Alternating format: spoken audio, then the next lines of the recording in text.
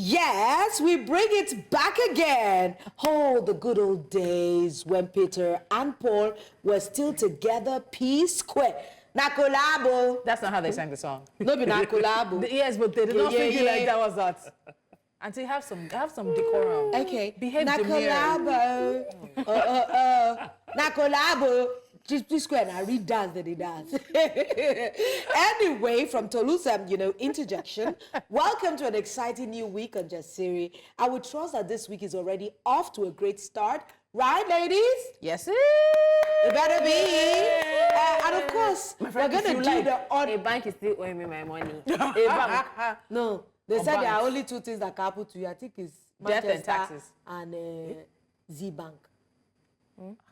Yeah, I get it. Yes. You didn't get it. Yes. No, you didn't get it. You're slow to the game. That's what I'm suffering now. I'm slow at this gate right now. Anyway, You got it. It's your personal. yeah, let's give them, we don't want to give Where them. you go to for soccer. There. Let's just move Anyway, let's move on because I really don't understand why Catherine has a green. I'm sure this weekend was really groupy for her. But let's start with our very own Jasiri chef. How was your weekend? Tormentor of status. No, I don't know. I think I've always loved cooking. I love cooking for family and friends, but I found the groove again since my vacation. It was a good weekend. But it's going to be a good Monday. Did I not bring for you? I don't eat alone. I don't ever eat alone. It's the tortoring. So I made granite soup this weekend delicious. for It's the the way she says family. it. Please don't mind her. The way she says it, she says it so flippantly, so casually. But Tolu's groundnut soup. It's It a is groundnut to speak in tongues. I am going to try. I've never It's so attempted easy. it. Yes, I do have roasted granules. No, call me on the phone. I'll put you through. It's so easy. I'll buy some pepper. I made and granite some soup. I made apple crisp, apple crumble this weekend. I didn't leave my house. I told you people, I entered my house on Friday. rest of the brownies? I did not step a foot outside my house until this morning. I think you do No, that. your skin looks rested. Yes, No, I'm rested. I slept think a you do little. that from time to time. You've done I this just- in I a space, X, in the yeah. space of... Yeah. You didn't look like you were at home all weekend, the way you are looking. This one. I was here. She has not recovered. Ask my boss. I was here. Will you keep quiet? How many? Ask her why she was here on the Yeah, weekend. how much? Why were you here on the weekend? Why were? Do you want to talk about it? You want to? Let's okay. trash it. Yeah. So, how was your weekend, Kathy? Was it your weekend? Listen. Because you were not I here on was Friday, and I know that My- you had private arrangements. Sister, the roads in Nigeria will not kill us. I do Ekiti. I don't know what people are doing there. Oh. Your roads are terrible. The roads there all are. of them. Let me make a confession. The first time in my life, I've tasted something called dodokire. Very nice. That was the first time you Are you did the serious? What's that? It's a delicacy welcome. in the south, in the west, southwest. Listen, along Ife, Do you not travel? Me along that. Ife, Ilesha, I saw the I- road I that might said know it, but maybe I don't know Ogbomoso. the I name. said, this is Ogbomoso. Why don't you buy wara for me? I don't know Wara.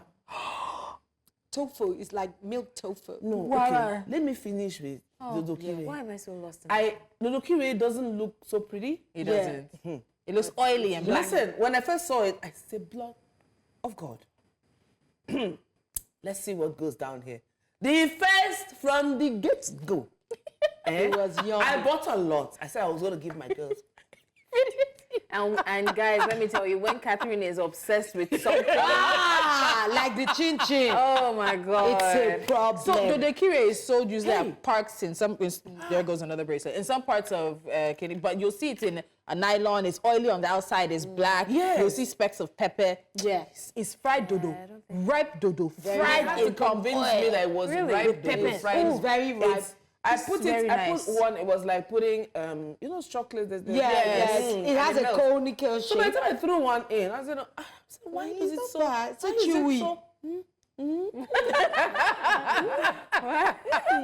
My girls will love this. My sisters, forgive me. I ate it. Dodoikire. It's okay. It's all right. But we have a lot of delicacy in Africa we that do, sometimes we do not see our own potential. The We just, it's this snacks. beautiful snack. It's made from Absolutely. plantain. Oh. And I actually see some Mexicans, they have variations of plantain dishes that are very close to what we Plantain eat. is Have you like- had It's just that- smashed plantain or double fried plantain? Smashed plantain is just like too much work. You fry it first time, smash Mash it, it fry and then again. put it again. But Really? It has a there's crispy something to exterior and it. No, you chewiness. see that thing has given me inspiration. I want to cut my plantains into quarters and then squeeze it, then fry it. But if you know the stress of doing that, Dorekiri. No, I she's don't only wanna doing do it for the bakery. I herself. just wanna do And then sometimes they put where- ginger, a little Yeah. ginger, so it Listen. depends on My you. mom used to do a Oh, delicacy. She my would God. put fried, soft, very extremely See, soft listen, plantain I don't- in gari. Will you come back here? And you tried it. It sounds very stressful. She'll roll it around in gari and make I'd rather balls. eat And then fry plantain it? raw. No, you just eat it that way. No. What's the one they do with what I am? Jojo. Ojojo. My mom's Ojojo is My mom was a Yadelero. pro. Am I She top used to tier. Yes. Oh, One day we'll Jojo. charter a motor and go Fantastic. to Iya to lose. I'm Yeah, telling go you. to Weekend, we are going telling there. you. will tell One mommy, weekend, just mommy, say we my have mom come will home, come oh. in. We're You coming. eat Yes. to stupor. You eat to... The morning of Tolu's wedding. What did they finish us with? There was, it's classic in every African family wedding morning. Yam and fish stew. Then you walk The in. titles Some of us wasn't were eating expensive. ogiate akara fresh. Agianakara day.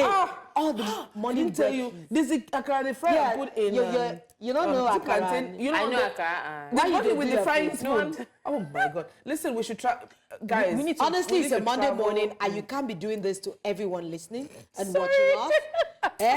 Because nobody asked how my weekend was. How was your weekend, Sorry. darling? How was your weekend, baby? I slept. I was in bed all Saturday. I wanted to go to Osun State with my friend, but my body just Said no. On Friday, I did 2 events. I had an event at American Corner in Lekki, and I was also on a set. But thank God I had the decency to do the event first. You know how set can be. Yes. I ended up starting to shoot something. They gave me an 8 o'clock call time. But thank God Jasmine calls me and I'll always answer. Yes. I just told them I cannot answer until after I'm done with the show. Then when I'm done with the show, then I went for my event. This is where you say, what does not say? Breathe. Then I didn't start shooting until about 5. When I got there about 3. So your spirit was willing to go to Osun State, but my body did not allow me. I laid in bed. But do you know the bad thing about people that work a lot? Even when you are taking your deserved rest, you feel as if You're doing something Thank wrong. you very should you much. be? Am I not wasting Thank you time? very Even much. Sunday, Yeah. I didn't go to Throughout my church. leave, I had to start scheduling things to do per time, like 2 hours for this, 2 hours. And then my brother was like, "Are you not on leave?" Please excuse me, for the record, it was not me bothering Blessings while she was on leave. You were looking for work, you gave yourself work. It had nothing to do with me. Yeah. For the record. Right? Well, Right? we can say that. we can say that. Oh, Maybe say put it fire. like that. I know Kathy wants to tell us about her life. Well, now. yeah, well, let's be honest. I can breathe a sigh of relief because, oh my God, for now it's not really empty, pero yeah, majority is empty. I have an emptiness for now, so for now at least. Students are going back to school, have gone back to school, are on the way to school, and are home. Yeah. Mine are still trying not to go next week. She kept telling Mommy, everything we need to buy is weekend. I'm like, can't you buy it during the week and leave my house? So let's be honest, there's more peace and there's less chaos. We have some peace because some people are taking up the war and chaos for we, the parents. Guys, let's raise our cups to the teachers Yes. who take on the task of preparing the future leaders of tomorrow. Yeah. See that job? It ain't easy and it's not for the weak-hearted. Thank respect you. you. Thank you, Thank you. teachers. That's what's up. Amen. And of course, Not Catherine really, is not really saying what's this. up. Nothing did it. See these people. Catherine is saying this because World Teachers Day was this past Saturday, and we needed to carry over the conversation today. See what I did? Carry over? Yeah. We needed to carry over the celebration to today because our I went to teachers. school, though, because our teachers are truly worth celebrating. It reminds me of 2 of my favorite teachers when I was in high school, Mr. Ben, who was my world studies teacher, and Miss Royal, my anatomy and physiology teacher. Guys, I dissected a cat and found a battery and a frog inside my cat in my junior year of high school. This smell was horrible. I did tell you. God. But I will say, but Miss Royal, that woman had a way of opening your imagination up. I remember it was in her class that we read Ishmael, a really fantastic book for high schoolers. But then it was also in her class that we laid on the table. And she had us go through like how to mentally relax each part of your body. We slept too. And that's so me physiology. that Tolu didn't turn out to be a serial killer since she's already in second class. No, I had those classes. And then Mr. Ben opened my eyes to the world of international relations and diplomacy. Probably is one of the teachers who sparked my interest in journalism in the long run and the legal profession. So shout out to the two of them. I think Mr. Ben at one point became acting principal of my high school. Miss Royal retired a few years ago. I can't remember the name of my Spanish teacher. She sent a message to my parents. She said, she understands the language, but she first translates it from Spanish to Yoruba, then she translates it from Yoruba to English. So when I want to translate, I now do that same circumvention before I arrive at Spanish. It was horrible. The English, Yoruba, and Spanish was messed up in my brain. I don't know how I passed AP Spanish, but I passed AP Spanish. Wow. For all of us that didn't learn Spanish, at least I know Ijebu. You're so silly. So tell me about your favorite a teacher you remember who really left a mark on you. I would have to say Mr. Okoye for a long time. I did see him some years ago. And, you know, there's some things that you would expect somebody's future to be. It was so far from what I would have expected him to be, because he was one of the teachers. He came to serve in my school, and you know I love literature. I was one of the best literature and English students in my own time, and it really sparks my love for storytelling and everything. It was so good to me. In fact, we got into trouble because of him. They said he was bedding some of us, and such a thing never happened. I had never even seen Miss Okoye in that. We just used to go to his room and iron our clothes. Sometimes he would cook because he was an NYSC teacher. But you know, students, that was when I knew that students can be evil. You know, some people can be jealous because they don't have that kind of privilege. Absolutely. And they made up stories, did caricatures. He had to leave the hostel at that time. You know, for many years after, I used to like worry about what trajectory his life took. And I was privileged to see him last year, some event in Lagos. I even think it was me that nominated him or something. You recognize him? He came. I think he's a priest now. Oh. Wow. So he was like, okay. Why am I here? And then it's you. And he came and introduced himself. I was like, Mr. Okoye. All these years later, she still remembers. Blessings, what about you? So for me, very quickly, I'm just going to say, for my primary school, there was this particular teacher, Mr. Israel. It was the primary sixth form master. And Mr. Israel, I think I learned from him. He didn't like verbally teach me, but there's something about certain people that their courage, you know, we have this mindset about teachers, oh, they're just, you know, teachers, and then we don't see them as differently. But there's something about Mr. Israel that when you see, he has this courage of a president, of a king. Like he's walking about and you're like, and from that day I was like, look, no matter what I do in life, I'm going to have this kind of courage. Like there's just something, and then he commands respect, you know, so when he walks into that, and I remember then, like he doesn't like stubborn children, then he would beat my brother, and then when my mom calls, he'd be like, very stubborn boy. This is Victor. Yes. Very stubborn boy. Yeah, he Exactly. says that. So like every time I think at some point he became the principal. I don't know where he is now, but bless him. And then in my secondary school, there was this teacher that I had, Mrs. Chizoba. You know, she had sickle cell, and she had a very beautiful baby girl. At some point, I think in my GSS3, something happened, and then I don't know what I did, but I know that she slapped me. But I wasn't at fault. And then my mom came, embarrassed her. It was a whole drama. But we settled in my SS2. Unfortunately, like 2 weeks after we settled, she died. Oh. Yeah. But I'm happy you were able to settle. Because imagine sort of that thing being the last thing Honestly, you it would have been terrible for me. So I'm glad. I even saw her, like the morning she died, we went to see her, and then she was like, blessings. I'm glad we're cool now. We didn't know she was going to die. Yeah, it was so sad. I think teachers have a way of indirectly shaping the lives of students indirectly. And I say this because I know that teachers probably, they give, maybe in a weird way, give children the confidence to be more than they, you know you have your parents' support, but teachers are the extra external force, are the forces that push you, kind of just nudge you in the right direction. Miss Abia was in primary school, in secondary school, was my math teacher. She was just so sprightly. A little woman with, she would, listen, when she comes into class, good morning, everybody, she takes the chalk and then she goes. And she was teaching math, and I really didn't like math. But she made it seem so easy to love math. And I would understand, it's almost as if when she finishes teaching in class, I don't understand the math anymore. So I go and meet her in classroom, in the staff room, and say, okay, I didn't get that. But she is the one that made me fundamentally know that math is not a demon. It's not something that this could pass over me. I can actually do math, enjoy math, and it kind of gave me a renewed confidence. If I can do, because I was doing well in other subjects. So that's secondary. Then uni, Mrs. Hendricken was the one that was teaching me. She kind of nudged me into going into media, although I tinkered with media earlier on, but she nudged me into doing that and exploring different languages and using your strength to achieve. And they're always so soft-spoken. When they speak to you, you're just like in awe. You're just like, I really can do this. You know, and then they would talk to you, they would comfort you, they would give you, sometimes when you're having a bad day or you didn't do well in certain, so somehow, and because you don't want to disappoint them. voila. Yeah. So you want to do better and push yourself to be better. So shout out to all the teachers. You know, the way you said it, I Absolutely. remember Babari now in secondary school. We used to call him Babari. He had you know, he just used to have this That part. parting in his head, and he wears smart Like clothes. wing But he smart clothes. loved gospel music, and he used to sing one song to us at that time. Ewoke o, ayo tide, ayo mi kuabo. And you know, they all those students, they were clapping.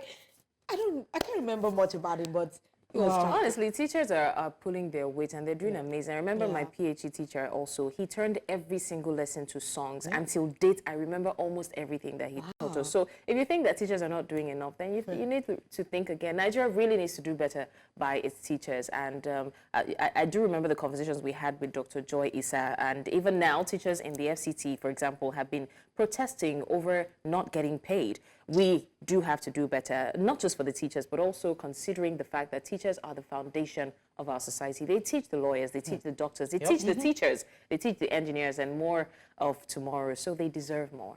Yes, They absolutely do. They absolutely do. They do. All right, so the conversation has only just begun here on Jasiri. When we return, we focus on a significant topic which impacts on our youth and the future that we hope for them to shape.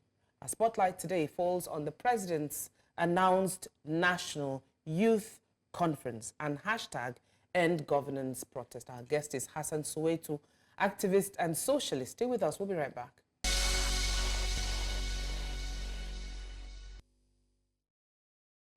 Welcome back. Don't forget that you can join the conversation via social media. We are at News Central TV. Now, today on Jasiri, we're focusing on a topic that resonates deeply with every young Nigerian. That is in the present, of course, and then, of course, their future as well, and the future they are destined to shape.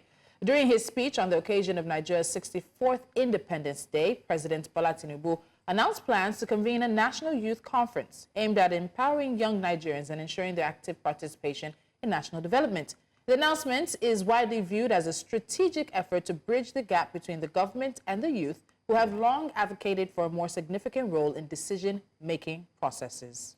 And the president revealed that the conference will be held annually with the delegates selected from through consultations with young Nigerians and their representatives. The conference will focus on key issues such as, I almost said unemployment. It's still the same. Employment, education, entrepreneurship, with the goal of creating opportunities for young Nigerians to directly influence policy making and governance. Timu, our president, further assured that the government is committed to thoroughly considering and implementing the recommendations and outcomes from the forum. And today, joining us to discuss this important decision made is an activist and a socialist. Please help us welcome Hassan Soweto. Ooh, welcome. Welcome. You have such an interesting surname. I wanted to ask him, are you from Soweto? Well, it's actually a political name, but I'm better known as that than my birthday. Don't worry, we love But you. wait, interesting, let's follow that. The decision to Soweto as a political name, where did that come from? It came from the student movement over 25 years ago. You don't look it. Actually, so you could pass for a student now. I was looking at You it can that way. still pass for a Every student time I now. want to say that there's someone young on the table, they just show me otherwise. Jazzy, are there activists in your generation? No, you just are, you are There are more There are. social There media are. influencers. There are. No, there They are dance on activists. social I'm serious. media Even in I protest. think even the maybe not the Gen Alphas, but I know some very young, like way younger than the Reno. Gen Z. What are they activating for? Abi? Not in Nigeria. There's God. a climate change activist that is like 12 or 13. Not in Nigeria though. Not Yeah. Zara. Okay, No, not let's Zara. Zara is another one, you see. okay, let's continue our conversation. Okay, thanks for joining us, Hassan. Yeah. I'm sure that we have the clip of the president's call for the National Youth Conference. So I want us to take a quick look at that, and then we'll discuss what you think about it. Okay. Our children in focus, recognizing that we cannot design a future that belongs to them without making them its architects. Considering this, I am pleased to announce the gathering of a national youth conference.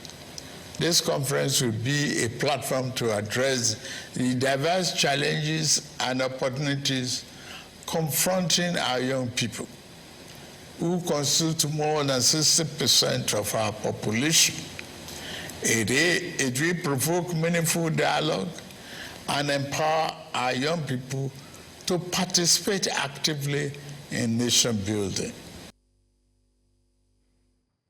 Okay, well, I mean, this sounds very ludicrous because we've heard this over and over again. They've said they a lot of time they reference the young people as the ones who hold the answer to the future, but that's all we hear, the referencing, and then everything goes back to the older generation, you know, being in charge and doing their thing. So I want to know what your initial thoughts to this were when you heard it. It's diversionary, really. Let's be honest with ourselves. President Tinubu is demonstrating very clearly that he's not different from past presidents who just throw some glib thing to the public just to give them the impression that they are going to be heard without necessarily wanting to actually create a space for people's voices to be really heard. He's talking about the National Youth Conference, but don't forget that since the mid-90s, National Conference or National Confab has been utilized by different government, whether civilian president or military, at a period of a national dissonance, protest, and controversies to try and give the impression that we now want to listen to you. We have to say it very clearly that we are not interested in another very glib, expensive conference to pack people into some air-conditioned conference rooms and give the impression that they are talking when they're actually not talking. The protests that we have had since early this year, but particularly since August, are very clear demand. What we are saying is that Nigeria is drifting. People are in desperate conditions. People are dying of hunger. Many families are suffering. People are committing suicide. Young people, but not just young people. You also have workers, civil servants. You know, you have middle-class people, owners of small businesses. Their businesses are collapsing. Farmers are not able to go to farm. We are saying that there must be immediate remedial measures to put an immediate stop to this, and that's why we're asking for reversals of certain policies. If you want to have a conference is to discuss long-term measures, you know, policy initiatives. Those are not things that will immediately stop the drift they're talking about now, but there are things that would possibly reposition the economy. That is if our voices will be heard at such a kind of gathering. But what we are saying is that you need immediate effort to stop this. So when the government or the president now offers a conference as a response to what we are saying, then he's not actually listening. That means he has not heard us, because nobody is interested in some, you know, expensive conferences. What we want is a clear discussion on the demands we are making. So for me, as a person, even though we have to say that, yes, maybe we still need to have consultations within the movement to discuss what will be the response to this, but I have to make it very clear right now that this is diversionary. It's not an answer to the protests that we have been having since August, and the government, the president should try harder. We need immediate response to the demands. All right, let me follow up on that, Hassan. I know that you and other youth leaders who have mobilized the ongoing movements, the protests, like the End Bad Governance protest. A lot of times I know that you just said that it's diversionary and that you are not interested. So other people would be asking that, okay, if not this youth conference, then what? How else can the president reach the youth? Because if we were say, he would say that, okay, I'm not the past leaders. This is a new initiative I want to do. And this is what I'm putting on the table. My olive branch. My olive branch to you that, okay, take this one and let us have a discussion. All these things you want him to do in the immediate. What other platform can you expect him to be able to address? It's a platform of having a discussion, a dialogue. Don't forget that since August, you know, the security agencies, including the police, have been inviting certain people and certain groups or even hounding them or going after them. So what that means is that the government actually knows those to discuss with if you really want to have a real discussion. By just saying you want to have a national youth conference is an attempt to say that you want to just have a discussion with diverse people over what will be the agenda. You're talking about things that are even beyond what we are saying presently. Yes, we are interested in repositioning the economy, but the present issue is that what you have been doing over the past 16 months is not repositioning anything. It's actually making things to even go worse for all of us. And we want immediate stopgap. We want reversals of those policies. We need that first before you can then begin to talk about the long-term measures or the need to rethink this or rethink that. And that is what a conference is supposed to be about, I suppose. So if you want to address the immediate demands, and the demands do not just stop at the economy, there are also demands, for instance, on attack on democratic rights. There are over 12,000 people who have been locked up since August. Some of them have been tried for treason.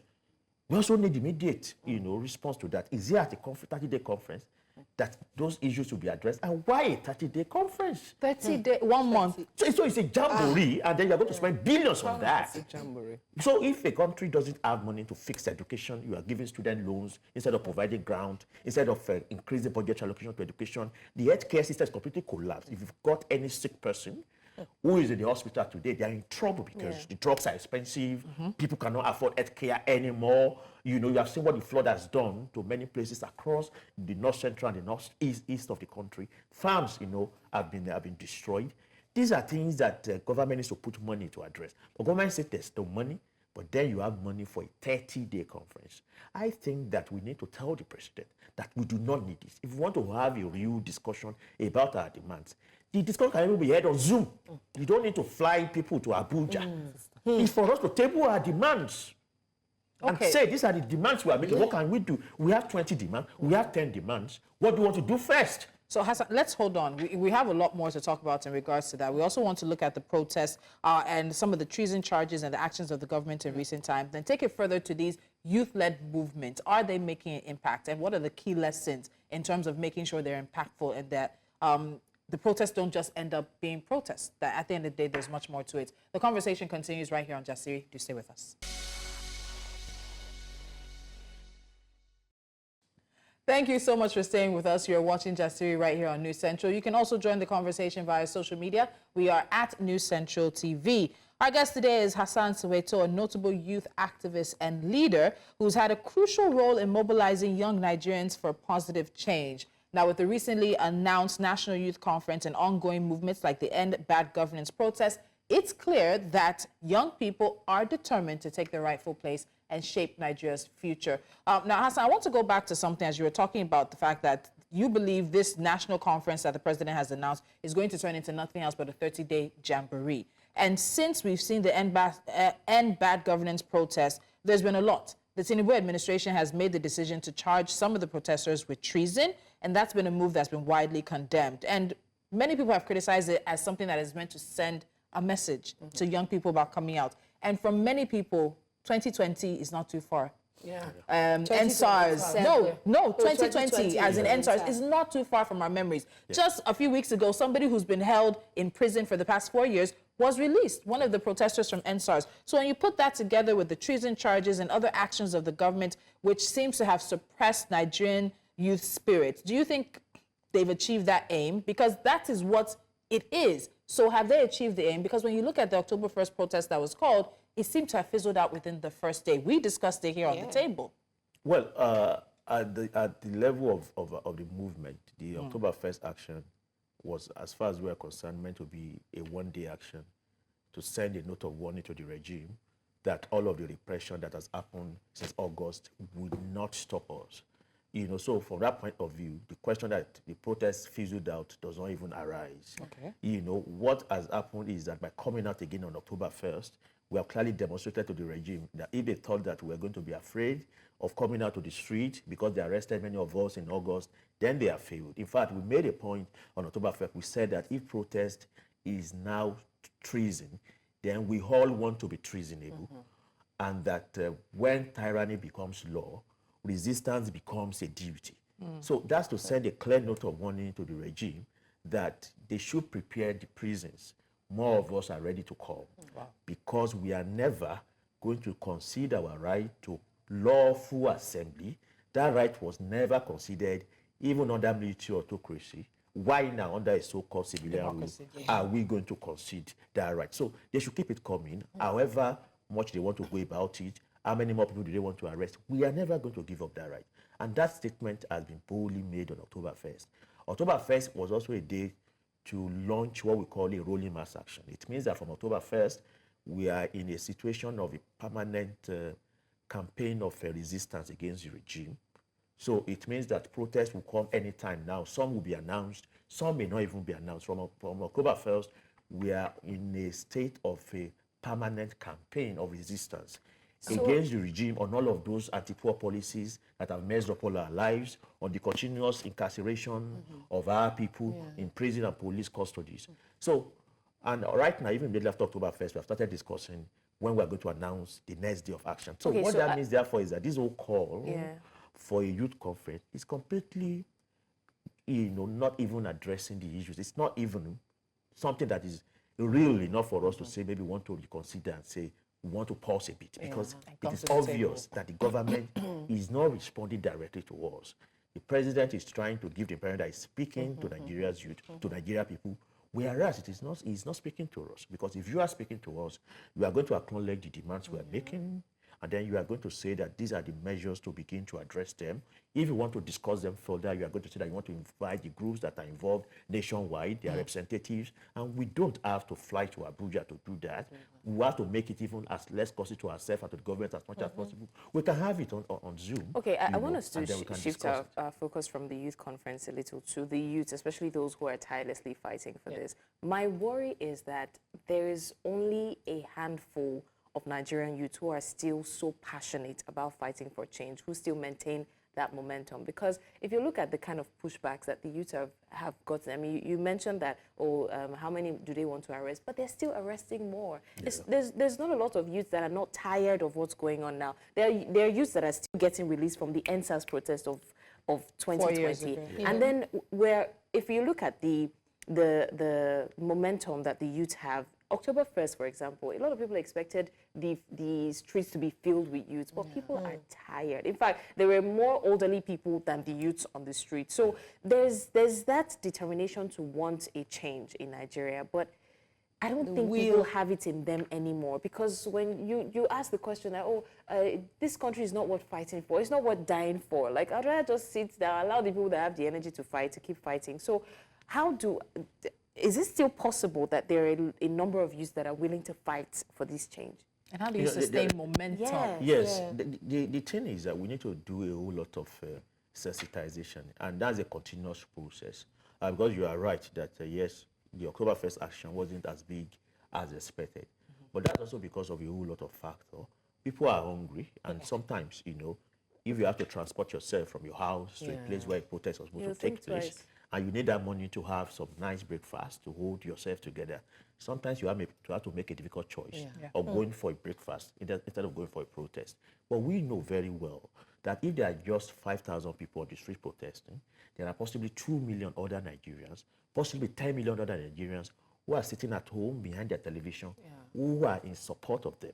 And that's why when you look at the October 1st protest, right from Ikeja Under Bridge, you saw the huge number of people around us listening to us. When we got to Oregon, you could see old women, coming out, to listen to us, to even mount the stage and talk about how the policies are affecting them. The same at Ojota. So the reality is that our people have been reduced to a state of helplessness and hunger, that sometimes when people don't come out to protest, it's not because they don't want to protest, it's not because they are not in support, but they have been pushed to a level of desperation that they can't even leave their trade or their shop or their business for a minute to go for a protest, because just that 100 naira or 1,000 naira they will make that day can make the difference between starvation and being able to put something in the belly of their children. So we must read things very correctly.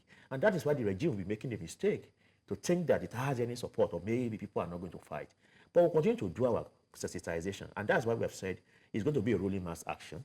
And what this means, therefore, is that we'll continue to organize, we'll continue to talk to our people, and the actions is not just the protest alone. There are times when we just do a symposium or a rally, but what it means is that permanently we're in a state of resistance. If the regime wants to talk, it has to show clearly that it's interested in talking. not just over the heads of people, but actually to talk to the demands. We are not interested in any air-conditioned conference, where you are not going to be talking about the real issues. If you really want to continue to meet the demands, we are going to see clearly trackable effort, in that direction. If you don't see that, then the resistance will continue. And at some point, Nigerian people are also going to wake up, because the regime is also pushing people to a state of helplessness, where people are just we are going to have what you have had in Kenya happening, or what you had in 2011 in Tunisia and Egypt, with the whole population fed up, and rising up. Because look at it very well. People are just faced, if you like, with the devil and the deep blue sea. More or less. If you don't go out to protest because you're afraid of being shot or being arrested, you staying in your house does not mean that you will not die of hunger. You are not going to die of hunger. That Nigeria will not come and meet you in your house. I've seen some of my friends or people I know who are falling sick, just a minor ailment, and they could not afford. Do you know how much it takes to treat malaria today? Even just what we normally do, most people do, just to go to a pharmacy and just get drugs off the counter. You'll be spending thousands of naira, possibly 12,000 naira, because the drugs are now so expensive. So imagine somebody who is earning 70,000 minimum wage, as a family, and then as a family, and then 2 or 3 kids have malaria. You know what that means. So that's the level of desperation that Nigerians are in. So at some point, the dam will break, and then Hassan, I'm listening, and I am worried for a lot of Nigerians. Part of the things that we think about when we think of protest and, standing against or standing for something is impact. A lot of Nigerian youths are looking at impact. When you look at some other African countries, we see the way protests go. Yeah. If it has to be something that they will physically stand and say, if I perish, I perish. Yeah. But it seems that in our own country, we have not been able to measure great significant impact over the years. Yeah. Or is it that, I know a lot of people will not, you say, oh, Lolo. I always have this thing in my head that maybe we need a messiah, a figurehead or a person that will be willing to probably martyr himself. Sacrifice himself to get impact. Because it has to be so. When I look at or when I read about South Africa and the protests and the fighting towards, relieving themselves of the tyranny of the colonial masters, it was gruesome. It was hard, but they forged ahead. Is it that Nigerians have not gotten to that place of breaking? But there are people who have been maybe against their will, but we've seen these protests lead to I said, when you say somebody died in a protest in Nigeria, it doesn't register. So what's the difference? That's what I'm asking, that what kind of resistance do we need to put up? He said that somebody should physically go to the National Assembly and set himself ablaze. Like, I've seen it happen in Egypt. Yeah. I've seen women come out topless. Yeah. And they are on the streets. I think in, I can't remember which of the European countries. They were topless, screaming and shouting. Because we need impact. The Abba riots. Yes. Oh, women riots. Okay. So I guess what Lolo is asking is, what do we need to take the bull by the horns and do something unexpected? Definitely. We need people to be bold, and we need people to come out in whatever way they want to show very clearly how fed up we are. And every action that is within the direction of the objectives of what we are fighting for is completely, acceptable. And everybody has to play their part. What we are simply doing, and we are not trying to say that we want to replace the Nigerian masses. What we are simply doing is trying to create a pathway and wake people up. By the time people wake up themselves, and as much as we want to say maybe we are not yet there, we also must recognize the history of Nigeria, the enormous struggle we have waged. And that's why I completely like it when you mentioned about women's riots. Yes. Beyond that, look at the huge struggles against the military. Actually, in most African countries, they actually respect the tradition of struggle in Nigeria. Struggle always has a build-up phase. That is where we are right now. By the time tens of millions of Nigerians wake up and they're on the streets, this regime will be running.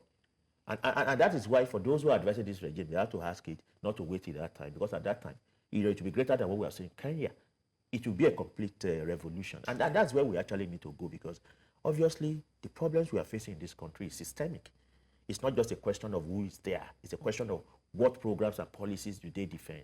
But if you read the president's speech, you know, he said that Nigeria was in a very messy situation When he came to 16 months ago when he got there. He had to take, you know, hard decisions. But what is the character of those hard decisions? They are not decisions that reduces the profligacy of the ruling elite and the government itself. They are not hard decisions that reduces the profit and the huge wealth that is concentrated in the hands of a few, but rather they are hard decisions that takes more from those who have been suffering for decades from the mass majority. And that's why some of us are saying that we also need a systemic change. We need a socialist revolution that ensures that the system of capitalism in Nigeria is replaced by a socialist system. And that is only when you're going to see that Nigeria actually has huge money. This country is wealthy. The only problem is that that wealth is located in the hands of a few. We have enough money to provide free education, free health care, you know, to make this country prosperous in an harmonious way. The only problem is that we are practicing a system that will not make it happen. And that is why I think that as much as we struggle for reversal of fuel price hike, electricity tariff, if we don't also address the systemic changes that needs to happen, the next 4 years, you're just going to have another person there Rinse and who repeat. would, Yeah. you know, have the same policy back, you know, in place, and then we'll be crying all over again. So, and that's why we need to link protest with the need for political changes to change the socio-economy of the country, and that requires the coming to power of a new type of government, Okay, based on the working people and the poor, not this government or ruling elite. Look at what they are doing. They are using money to buy private jets. Hassan, Which president is private jets? We're going to get into that political change and, of course, the place of young Nigerians in that new system. But we need to take a quick break. We'll be right back. After this, more conversation on national youth conferences and protest. Stay with us.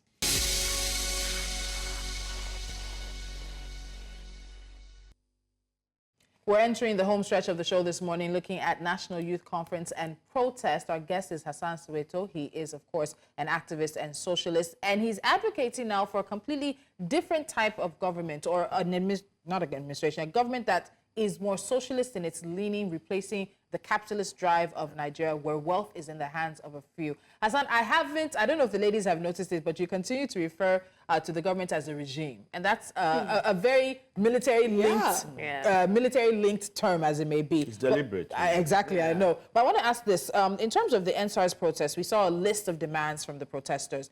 End bad governance. We've seen a list of demands. And what it seems like is that there oftentimes is very little progress with the demands. There are parts in this country that are still seeing Special Anti-Robbery Squad police out. They replaced it. They did. But we're still facing the same issues that got young Nigerians on the streets when it was just 4 years ago. And the protest will be 4 years on the 8th, starting from the 8th. From the 8th to the 20th of October in 2020, young Nigerians and Nigerians were on the street. But if you still find out every other day, I saw a video this week of police officers maltreating and slapping and pushing people into a vehicle. That hasn't changed. So I think my question here is, in context of engagement, if we're saying no to a national youth conference, no problem.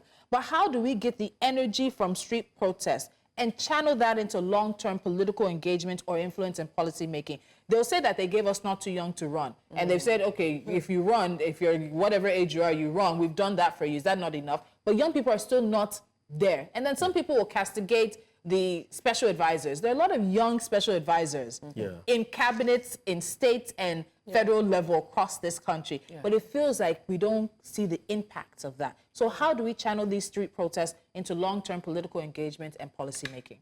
Yeah, thank you very much. The first thing is that when we talk about young people, for us, we talk about it not from the point of view of just the demography, but we talk about it from the point of view of political consciousness. So when we say young people, we're talking about progressive, radical young Nigerians. Because there are all kinds of young people, the same way there are all kinds of old people. There's the better edu kind of young people. There's the the former Kogi state governor, kind of young persons who are as terrible as the old ones in terms of corruption, in terms of stealing the collective patrimony of the people. And that's why even in this regime, you have a lot of young people there, but they are not in any way moving the needle on issues that affect young people. Rather, they are just there, trying to also make the best for themselves and, fatten up just like the rest. So in the real sense of the word, when you're talking about young people, for us, it's about progressive, radical young Nigerians who are opposed to the status quo, who want a complete radical change in the way the country is run. And that's why the most popular slogan today that young people and even also progressive old people are rallying under is end bad governance, which is opposition to the way the country is run. We are not talking just about fuel price alone. We are talking about the entire way the country is run. And what we are looking at, and that's why since August we have been trying to build the end bad governance from a slogan to become a movement.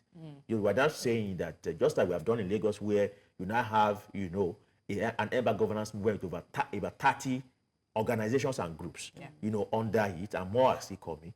We are saying that in other states across the federation, let's open up the same chapters of end bad governance movement made up of progressive youth groups, radical organizations, socialist groups, even trade unions to be part of it, to continue to rally and organize. What this means, therefore, is that at some point, we're also going to begin to have discussions about how do we utilize this very, very powerful power of young people, of Nigerian citizens, to also begin to fight for meaningful political changes. Yes. And that means that the question, for instance, of either a new political party can then come up. The question of independent candidacy for 2027 would also come up. Because among those of us who are fighting, there are also people who have equally contested before, in different political parties.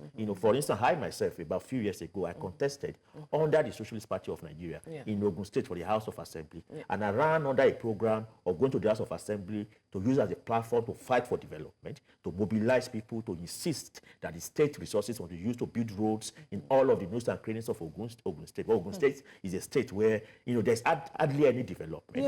The governor is just stealing the money and it's just there. It's interesting. And my campaign was so popular, although I did not win because his votes were stolen. But up to now, if I go to the areas where I contested, people still recognize me because everything we said those years, people see that they are happening right now. We said there will be no development until radicals like us are there to begin to take the fight to them in the House of Assembly. So what that means, therefore, is that going forward to 2027, the power of this movement can do so much more than the protests we're having now. It can be used to build a new political party based on the radical programs of changing the country from the bottom up. It can also be used to put candidates in the next election if independent candidacy can be allowed in the constitution. So there are a lot that we can use it to achieve. But it is important for all of us to come together first. Yeah. I'm glad you mentioned 2027 and the strides that you've been able to achieve, even though you didn't win. But people recognize you and recognize your ideals, what you talked about in Ogun State. Now let's take away what we can from the protests. Key lessons. What can youth activists, what could they have learned from end bad governance that they can use to further prepare themselves for protest moving on ahead? And then on the flip side, what do you think government can do to better engage the youth and better tailor the government that they're leading to the demands of the youth? If the government was sincere. And 1 minute, because time is not with us. Yes, I think what I have learned personally, and I think that is a lesson that everybody needs to look at, is that when the people are united, then everything is possible. We demonstrated that in August. The August 1 to 10 protest was one of the most difficult protests to pull off, possibly in more than 2 decades in this country. It was like it was not going to happen, but we made it happen because we were united, we were bold, we were courageous, we were determined. We need these values to continue to move on and build the movement. Regarding the question of what the government can do, the government has to listen and be prepared to also do what people are saying.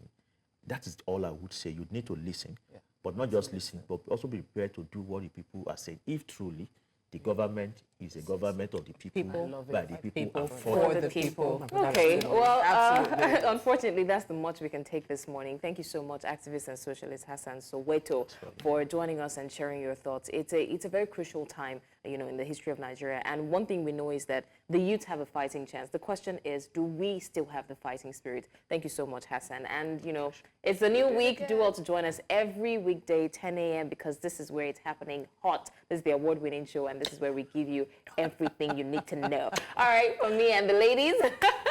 Bye. Bye-bye.